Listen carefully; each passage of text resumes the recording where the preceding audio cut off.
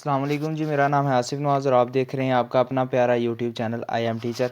आप हमारे इस चैनल को अपने यूट्यूब के सर्च बार पर जाके @IamTeacher33 लिख कर भी सर्च कर सकते हैं। तो आज का जो हमारा टॉपिक है वो इंग्लिश 101 की जो लेक्चर सीरीज़ है हमारी जारी है। उस पर है 34 से लेकर 39 तक हम डिस्कस करेंगे। हम इससे पहले 2 वीडियोस बना चुके हैं इंग्लिश 101 पर, जो कि फाइनल टर्म की प्रिपरेशन के लिहाज से बहुत ही ज़्यादा इम्पोर्टेंट है। अगर आपने अभी तक नहीं देखी तो इंशाल्लाह मैं उसका लिंक डिस्क्रिप्शन में दे दूँगा, नहीं तो आप वैसे भी जाके आप देख सकते हैं। आज का भी जो हमारा ये जो लेक्चर्स हैं ये बहुत ही ज़्यादा अहमियत के हामिल हैं, तो आपने वीडियो ज़रा भी स्किप नहीं करनी, आप लाजमी मुकम्मल वीडियो देखनी है आपने। मैं कोशिश करूँगा कि कम से कम वीडियो की लेंथ रखूँ। तो चलें जी अपनी वीडियो की तरफ बढ़ते हैं। वीडियो का आगाज़ करने से पहले आपसे एक छोटी सी रिक्वेस्ट है कि हमारा चैनल सब्सक्राइब करें, हमारी वीडियो को लाइक करें और शेयर करें, क्योंकि चैनल सब्सक्राइब करने से आपका कोई पैसा नहीं लगता बल्कि आपको ही फ़ायदा होगा, क्योंकि हम इतनी मेहनत से वीडियोस बनाते हैं तो आपको चाहिए कि हमें भी थोड़ा बेनिफिशियल दें। चलिए जी स्टार्ट करते हैं। सबसे पहले 34 वाला हमारे पास जो चैप्टर है उसमें हमारे पास सिर्फ 2 ही ऐसी डेफिनेशंस हैं जो पेपर पॉइंट ऑफ व्यू के लिहाज से बहुत ही ज़्यादा इम्पोर्टेंट है, जिसमें हमारे पास इंट्रोडक्टिवरी हमारे पास पैराग्राफ है। उसमें बताता है कि the primary purpose of an introductory paragraph is to pique the interest of your reader and identify the topic and purpose of the essay. It often ends with a thesis statement. कहता है हमारे पास जो introductory paragraph होता है किसी भी ऐसे का, जो पीछे हमने मैं ये भी बता दूं कि जो पीछे वाले लेक्चर थे, सबसे पहले जो लेक्चर था वो डिफेक्ट्स पर था कि कौन कौन से डिफेक्ट आते हैं। फिर जो दूसरा लेक्चर था वो सेंटेंस के जो डिफेक्ट दूर करने में और सेंटेंस अच्छा लिखने, पैराग्राफ अच्छा लिखने में था। अब के जो लेक्चर हैं वो हम ऐसे लिखना सीखेंगे। तो ऐसे में सबसे पहला जो पैराग्राफ होता है वो इंट्रोडक्टरी पैराग्राफ होता है, जो कि रीडर को स्टेटमेंट बताता है और उसमें थीसिस स्टेटमेंट होती है, यानी पूरे पैराग्राफ का एक निचोड़ होता है, यानी उसका आप टॉपिक सेंटेंस लगा लें, टॉपिक पैराग्राफ लगा लें। फिर कहता है what is writing concluding paragraph. हमारे पास राइटिंग दी कंक्लूडिंग पैराग्राफ क्या होता है? ऐसा पैराग्राफ जो ऐसे पॉइंट रखता है जो मुकम्मल निचोड़ करते हैं उस पूरे ऐसे का, उसे हम कहते हैं समरी ऑफ मेन पॉइंट्स। जो उसमें मेन पॉइंट्स होते हैं उनकी समरी करता है, या restatement of your thesis statement in different word, या आपने जो सबसे पहले स्टेटमेंट यूज़ की थी उन सब स्टेटमेंट का जो है थीसिस, यानी उस स्टेटमेंट को एक अलग ही वर्ड्स में दोबारा पेश करना। Your final comment on topic of your ऐसे, या फिर आपका जो टॉपिक है या आपका जो ऐसे है उस पर जो है दोबारा डिस्कशन करना। ठीक है जी। अच्छा, नेक्स्ट हम चलते हैं जी। हमारे पास चैप्टर नंबर 35 आ जाता है, जिसमें राइटिंग एन आउटलाइन। आउटलाइन क्या है उसके बारे में बताता है। कहता है the writing of N outline, हमारे पास जो राइट करना है आउटलाइन को, will depend on the purpose and the subject of the ऐसे। हमारे पास अगर हम कोई भी आउटलाइन लिखना चाहते हैं वो किस पे डिपेंड करेगी, वो पर्पस जो आपका मकसद है ऐसे का या फिर जो सब्जेक्ट है ऐसे का उस पर डिपेंड करेगी। The important point is there is no one way that suits everyone. कहता है जहाँ पर जो इम्पोर्टेंट तरीन आपके लिए एक पॉइंट है, आपके लिए एक नुक्ता है, वो कहता है कि one way that suits every one. एक जो यहाँ पर कोई भी ऐसा आप कह सकते हैं रास्ता नहीं जो हर एक को जो है ना वो सूट करे। हर एक बंदे के लिए डिफरेंट आउटलाइन होनी चाहिए। कहता है is superior on all occasions, और ये हर मौके पर सुपीरियर होती है। नेक्स्ट जी, हम अगली स्लाइड की तरफ चलते हैं, जिसमें हमारे पास 35 ख़त्म हुआ। 35 में भी एक डेफिनेशन थी जो हम देख चुके हैं, और 36 की जानिब बढ़ते हैं। 36 में हमारे पास कहता है write down the characteristics of academic essays. हमारे पास जो एकेडमिक एसेज होते हैं स्कूल्स के लिए, जो स्टडी के रिलेटेड एसेज होती हैं, उनमें कौन सी कैरेक्टरिस्टिक्स होनी चाहिए। General concept to particular and vice versa. कहता है हमारे पास जर्नल कॉन्सेप्ट्स होने चाहिए थे, ठीक है, पार्टिकुलर होने या फिर इसके उल्ट हों, लेकिन हों जर्नल। कहता है gather combine description with analysis, हम जो है जो कंबाइन हमारे पास डिस्क्रिप्शन होनी चाहिए एनालिसिस के साथ, ठीक है। Relate ideas from printed source, कहता है जो प्रिंटेड सोर्सेज होते हैं ना, प्रिंटेड सोर्सेज, उनके रिलेटेड हमारे पास आइडियाज़ होने चाहिए, ठीक है। प्रिंटेड सोर्सेज आप जानते हैं कंप्यूटर्स वगैरह ऐसी जितनी भी एसेसरीज होती हैं उनके रिलेटेड हमारे पास, अगर एजुकेशन एकेडमिक हमने ऐसे लिखना है तो उस पर होने चाहिए। कहता है consider various aspects of problem, हम बहुत सारी जो है ना प्रॉब्लम्स को मद्देनज़र रखते हुए भी लिखेंगे, या फिर आप कह सकते हैं वो बहुत सारी प्रॉब्लम्स को मद्देनज़र रखें। नेक्स्ट लिखा है कि right down the purpose of note making forces. अब ये इंपॉर्टेंट लॉन्ग क्वेश्चन है कि हमारे पास नोट मेकिंग फोर्सेस कौन सी होती हैं। The process of note making forces you to summarize ideas and arguments, हम जो है समराइज़ करते हैं किसको, आइडियाज़ को और आर्गूमेंट्स को। Select the points relevant to your purpose, हम वो जो पॉइंट्स हैं उन्हें सेलेक्ट करते हैं जो आपके पर्पज़ के रेलिवेंट होते हैं। Understand and interpret the original source, हम क्या करते हैं समझने की कोशिश करते हैं और ओरिजिनल सोर्स को इंटरप्रेट करते हैं। कौन आगे continually clarify and adjust your perception of your essay topic in the light of your increasing understanding of the material. आप क्या कहते हैं कॉन्सेप्चुअली क्या करते हैं, क्लैरिफाई करते हैं और अपनी प्रिस्क्रिप्शन जो होती है ऐसे कि उसे एडजस्ट करते हैं ताकि हमारे पास जो मटेरियल है हमारे पास उसकी जो समझ बूझ है वो ज़्यादा लोगों को आए या हमें ज़्यादा आए, क्योंकि हम अपने लिए नोट्स बना रहे हैं। अब टेक नोट्स क्या होते हैं, ये बहुत ही ज़्यादा इंपॉर्टेंट लॉन्ग क्वेश्चन, दोनों मैंने लॉन्ग क्वेश्चन बहुत इंपॉर्टेंट आपके साथ डिस्कस किए, ये भी एक इंपॉर्टेंट लॉन्ग क्वेश्चन है। कहता है your notes will develop their own format depending on your purpose, हमारे पास जो आपके नोट्स होते हैं वो अपना अलग ही फॉर्मेट रखते हैं आपके पर्पज़ के लिहाज से। On the nature of sources, या फिर जो सोर्सेज की नेचर होती है। देयर आर 4 जनरल प्रिंसिपल, यहाँ पर 4 जो जनरल प्रिंसिपल्स हैं which apply to all methods of note, जो हर तरह के मेथड्स को अप्लाई करते हैं। क्लियर आइडेंटिफिकेशन, आइडेंटिफिकेशन को क्लियर करना। डेवलप दी फ्लेक्सिबिलिटी, उसमें फ्लेक्सिबिलिटी लाना। Leave room for your comment, अपने आपके कमेंट के लिए क्या करना, रूम लीव करना, थोड़ी सी जगह रखनी। फिर कहता है डेवलप एन एब्रीवेशन सिस्टम, और एब्रीवेशन लगाने के लिए उसमें सिस्टम थोड़ा बहुत रखना। अच्छा जी, नेक्स्ट चलते हैं। क्लियर आइडेंटिफिकेशन क्या है, अब हमने जितनी भी चीज़ें डिस्कस की उनको डिटेल से डिस्कस करेंगे।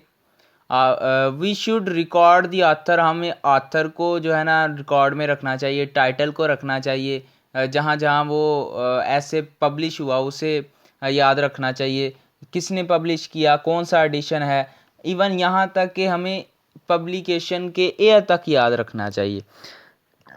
कहता है नेक्स्ट टू ईच की पॉइंट और direct quotation must note the exact page system, record your notes reference, ठीक है जी।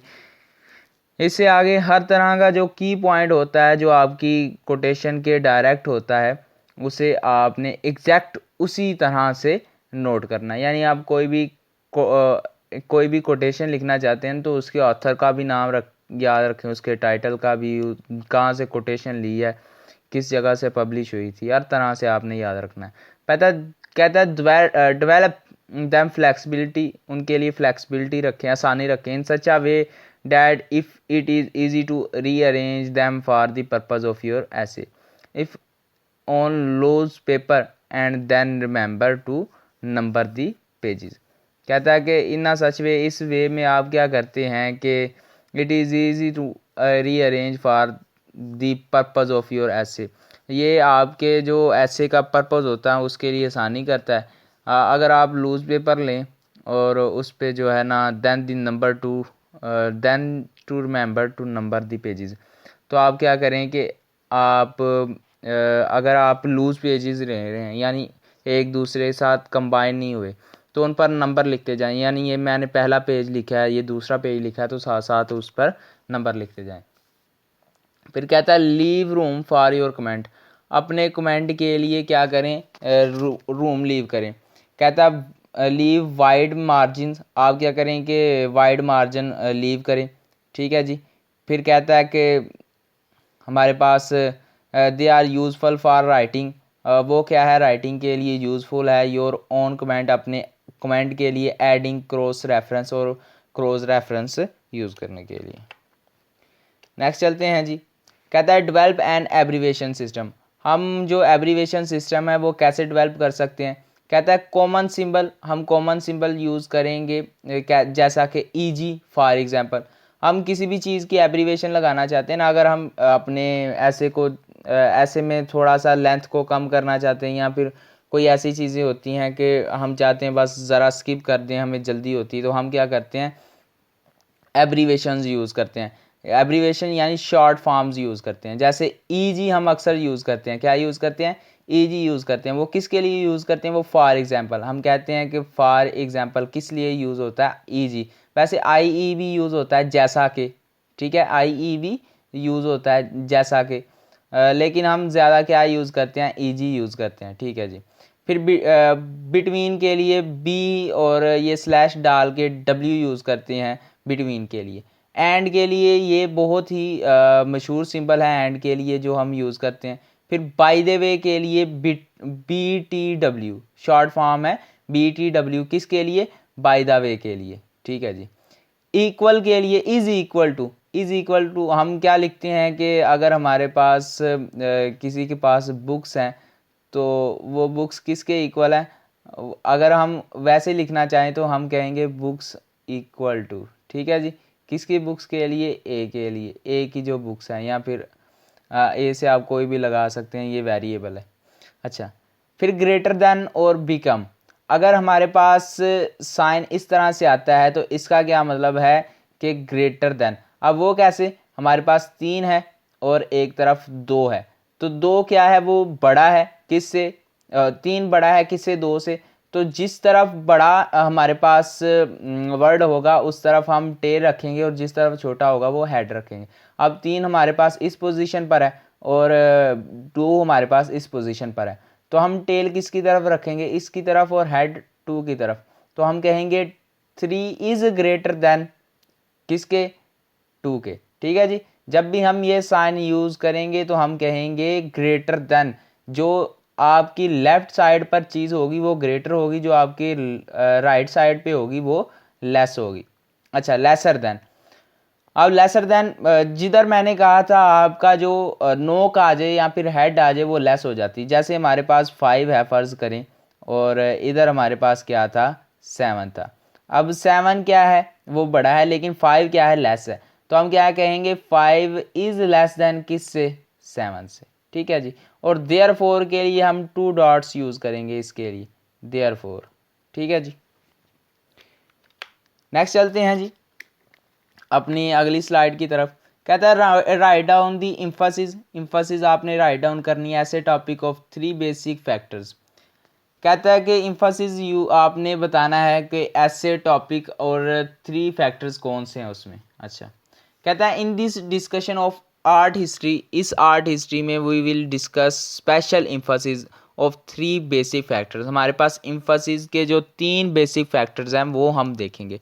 फर्स्ट दी बैकग्राउंड, पहला जो है वो बैकग्राउंड है। The religious, social and economic conditions that make art possible in any period.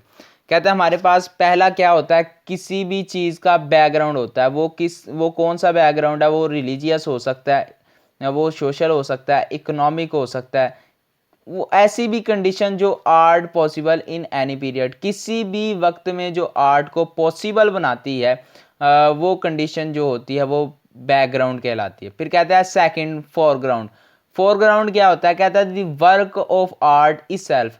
हमारे पास जो वर्क होता है किसका, आर्ट का, किसी भी काम का, इट सेल्फ, इसके, it's style and it's variation for other styles. कहता है कि इसकी जो अपनी स्टाइल्स होती हैं, इसकी अपनी जो वेरिएशंस होती हैं दूसरे स्टाइल के निस्बत, उसे हम फोरग्राउंड का नाम कहते हैं। फिर दूसरी कंट्रीब्यूशन, कंट्रीब्यूशन का होता है साथ मिल जाना। कंट्रीब्यूशन ऑफ इंडिविजुअल आर्टिस्ट, किसी आर्टिस्ट का इंडिविजुअली तौर पर साथ मिलना, रिवील्स हिज इंस्पायरेशन, इसकी inspiration and the extent of his gift, इसके गिफ्ट को एक्सटेंड करता है। अच्छा जी, नेक्स्ट चलते हैं।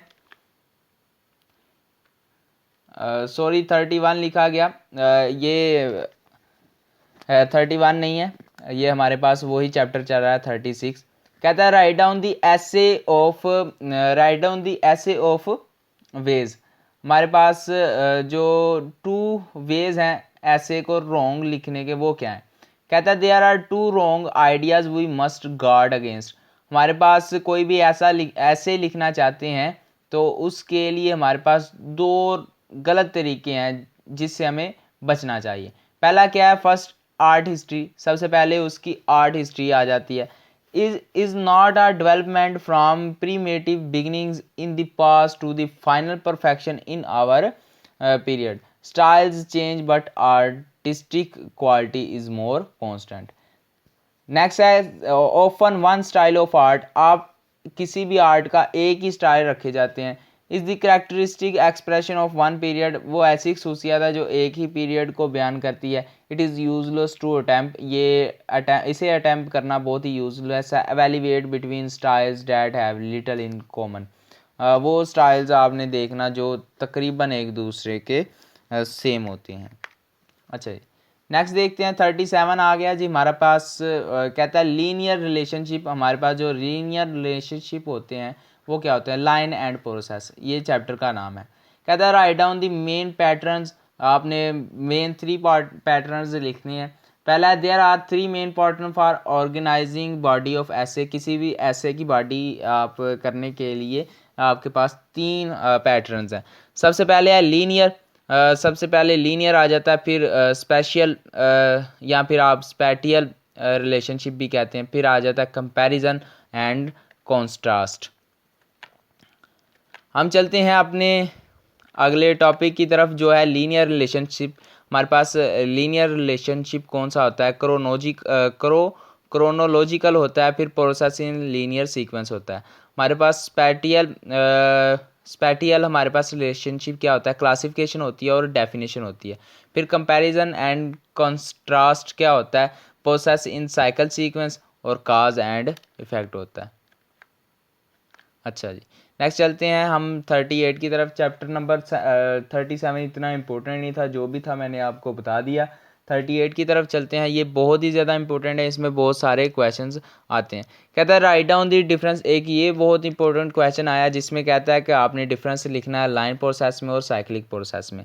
सबसे पहले आ जाता है process that consist of a series of stages, ऐसा प्रोसेस जो स्टेजेस पर होता है, किसी भी सीरीज़ पर मुश्तमिल, and which has a beginning and and, जो एक बिगिनिंग भी रखता है और एक एंड भी रखता है। आ साइक्लिक प्रोसेस, ऐसा process describe in very much the same way, जो एक ही तरह के सेम वे में बयान किया जाता है एज अ लीनियर प्रोसेस, वो एक लीनियर प्रोसेस होता है। Except it is not always clear where the cyclic beginning, कहता है कि ये कभी भी इसके बारे में नहीं पता चलता कि ये साइकिलिंग कहाँ से बिगन शुरू हुई थी, क्योंकि वो एक ही आइडिया में, एक ही सेम आइडिया में एज अ लीनियर प्रोसेस होता है, वो घूमता ही रहता है वो। ठीक है जी, तो इसका पता नहीं चलता जी। अच्छा, नेक्स्ट देता है life cycle of the malaria parasite. ये बहुत ही ज़्यादा इम्पोर्टेंट आपके पास क्वेश्चन मैं कह सकता हूँ, लॉन्ग क्वेश्चन आता है कि आपने लाइफ साइकिल बताना है मलेरिया पैरासाइट का। कहता है malaria is cause by tiny one animal parasite called the plasmodia that are injected into the blood of man by the female anopheles mosquito. कहता है मलेरिया काज बनता है अटीनी वन सेल्ड, एक छोटे से जो सेल से एनिमल पैरासाइट्स, जो एनिमल पैरासाइट्स होते हैं वो क्या कहलाते हैं? प्लाज्मोडिया वो सेल्स होते हैं जी जो किसी भी ह्यूमन के ब्लड में एक बार चले जाते हैं, वो किसकी तरफ से जाएं? जो मादा हमारे पास मच्छर होता है, जहाँ फिर हम उसे एनोफिलीस भी है कह सकते हैं, उसके काटने से जब हमारे खून में चला जाता है वो जिसे हम प्लाज्मोडिया कहते हैं, तो उसकी वजह से मलेरिया अफेक्ट करता है। Some disease are transmitted by the tiny water animals. कहता है कि कुछ ऐसी भी डिजीज़ होती हैं जो छोटे छोटे वाटर एनिमल्स होते हैं और जैसे फ्रॉग्स वगैरह उनसे भी आती हैं। दी एनोफिल्स, हमारे पास जो एनोफिल मॉस्किटो होते हैं, जो मादा आप कह सकते हैं मलेरिया की। और sucks blood from a person with malaria, हमारे पास जो मॉस्किटोज होते हैं वो चूसते हैं एक पर्सन का जो खून होता है मलेरिया के साथ। Once in the stomach of the mosquito these parasites undergo some development and end up in the mosquito salivary glands.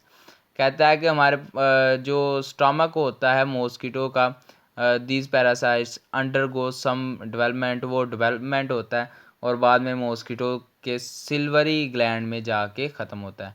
House flies transmit microbes on their feet, हमारे पास जो हाउस क्रोब्स होती हैं, हाउस फ्लाइज होती हैं, ठीक है, वो अपने पैरों के ज़रिए माइक्रोब्स दूसरों तक पहुंचाती हैं या ट्रांसफ़र करती हैं। अच्छा जी, आगे जो छठा इसका आ जाता है, if this mosquito now bites a healthy person, अगर हमारे पास ये जो मॉस्किटो है एक सेहतमंद पर्सन को काटता है, it introduces some parasites together with the saliva into the blood of the person. कहता है इसके जो कुछ पैरासाइट्स हैं ना वो जाएंगे ब्लड में स्लीवा के साथ। फिर कहता है दी मलेरियल पैरासाइट्स, जो हमारे पास मलेरियल पैरासाइट्स होती हैं, then enter the person's liver, वो इंसान के लीवर तक पहुंचती हैं। In which they change and multiply, जिसमें वो लिवर के अंदर जाके चेंज हो जाती हैं और मल्टीप्लाई यानी एक की बजाय दो, दो की बजाय तीन, यानी मल्टीपल फॉर्म में बढ़ना शुरू हो जाती हैं। Next from there they pass into the blood cells, वो क्या करती हैं, वो ब्लड सेल में चली जाती हैं। Where they cause the malaria attack, जहाँ वो मलेरिया के अटैक का सबब बनती हैं। The spread of insect borne disease can be control, लेकिन हमारे पास जो इंसेक्ट बोर्न डिजीज़ होती है वो कंट्रोल की जा सकती है। अच्छा जी, नेक्स्ट चलते हैं। हमारे पास जो लास्ट मॉड्यूल है बहुत ही इंपॉर्टेंट मॉड्यूल है, आपने लाजमी देखना है, इसे मुकम्मल देखना है, इसमें लॉन्ग क्वेश्चन बहुत ज़्यादा आते हैं। कहते हैं write down the types of linear organization, हमारे पास जो लीनियर ऑर्गेनाइजेशन है उसे आपने राइट करना है। सबसे पहले क्या है, chronological writing about events in time, हमारे पास जो क्रोनोलॉजिकल हमारे पास राइटिंग है ना उसे लिखना है। कहाँ पर लिखना है जी, आपने इवेंट्स इन टाइम, इवेंट्स में लिखना है एक टाइम में। कहता है describing process in linear sequence, हमारे पास जितना भी प्रोसेस है वो लीनियर सीक्वेंस में डिस्क्राइब करना है। डिस्क्राइबिंग अ साइक्लिक प्रोसेस, हमारे पास जो साइक्लिक प्रोसेस है उसे डिस्क्राइब करना है। उसके बाद जी हमारे पास जो how to show cause effect relationship, कैसे हमारे पास जो काज इफेक्ट रिलेशनशिप है उसे शो करें। अच्छा, नेक्स्ट चलते हैं। Write down two ways of organizing text, हमारे पास दो वेज बताएं जो टेक्स्ट को ऑर्गेनाइज करते हैं। सबसे पहले आता है स्पेशल रिलेशनशिप और दूसरा क्लासिफिकेशन। फिर कहता है राइट डाउन दी स्पेशल रिलेशनशिप, हमारे पास स्पेशल रिलेशनशिप है क्या, इसके बारे में थोड़ा सा बताएं। कहता है दी वर्ड स्पेशल मीन्स, जो हमारे पास स्पेशल या स्पेटियल वर्ड है, लफ्ज़ है, उसका मतलब क्या है, डीलिंग विद, किसी के साथ डील करना। फिर कहता है हैपनिंग और एग्जिस्टिंग इन स्पेस, या फिर स्पेस में हैपन होना या फिर एग्जिस्ट होना। फिर कहता है वीर राइटिंग वेरी ऑफन, जो राइटिंग होती है अक्सर तौर पर we have to describe location of a place, लेकिन जो राइटिंग होती है वो हम अक्सर किसी भी जगह का जो है ना लोकेशन बताते हैं, किसी भी जगह की असली लोकेशन बताते हैं। How a place is laid out, कैसे वो जो प्लेस होगी वो लेड आउट होगी। How a set of things object are connected, कैसे जो और हमारे पास सेट होता है ऑब्जेक्ट्स का वो एक दूसरे से कनेक्टेड होता है। अच्छा जी, नेक्स्ट चलते हैं। कहते हैं हाउ कैन राइट जर्नलिस्ट, ये हम पहले भी पिछले ऐसे में देख चुके हैं कि कैसे जो जर्नलिस्ट होते हैं एकेडमिक या फिर जर्नलिस्ट राइट करते हैं, ठीक है जी। और उसके बाद how down the introduction the topic और ऑब्जेक्ट, हम किसी भी ऑब्जेक्ट का इंट्रोडक्शन या टॉपिक कैसे राइट करें, तो आप पिछले भी आप लेक्चर में से जाके देख सकते हैं। डेफिनेशन ऑफ क्लासिफिकेशन, डेफिनेशन आपने बतानी है क्लासिफिकेशन की। एक्शन और प्रोसेस ऑफ क्लासीफाइंग समथिंग, वो एक्शन या प्रोसेस जिसमें हम किसी चीज़ को क्लासीफाई करते हैं। The classification of disease according to symptoms, हमारे पास जो किसी भी डिजीज़ की बीमारी की क्लासिफिकेशन होती है वो उसकी सिम्टम्स के साथ होती है। अब राइटिंग आ क्लासिफिकेशन, हम किसी भी क्लासिफिकेशन को कैसे राइट करते हैं। Writing is based on convention, वो उसकी कन्वेंशन पर होते हैं। डेटा एंड आइडियाज़, जितने भी उसका डाटा होता है और आइडियाज़ होते हैं डिवाइडेड इनटू कैटेगरीज, वो सारे एक अलग अलग कैटेगरी में डिवाइड किए जाते हैं। And this is done in logical वे, और ये जो है ये एक लॉजिकल वे में डन किया जाता है। अच्छा जी, नेक्स्ट चलता है some type of order are, उनमें से कुछ टाइप्स के आर्डर ये हैं। According to the time oldest to newest, हमारे पास जो टाइम होता है या ओल्डेस्ट से लेकर यानी ओल्ड से लेकर न्यू की तरफ जाता है। जर्नल टू पार्टिकुलर, हमारे पास आम से जो है अहम की तरफ जाता है। एंड लास्ट स्केल, कहता है write down the scale of order. Scale of order से क्या इंपॉर्टेंस, हमारे पास जो इंपॉर्टेंस है किसी चीज़ की, most important to least important. फिर कहता है साइज लार्जेस्ट टू स्मॉल, और फिर familiarity best known to least known, कम से। स्केल ऑफ आर्डर के बारे में बताया गया कि आप हाइपर से लो की तरफ आते हैं। ठीक है जी, जैसे लार्ज से स्मॉलेस्ट और बेस्ट नाउन से लीस्ट नाउन।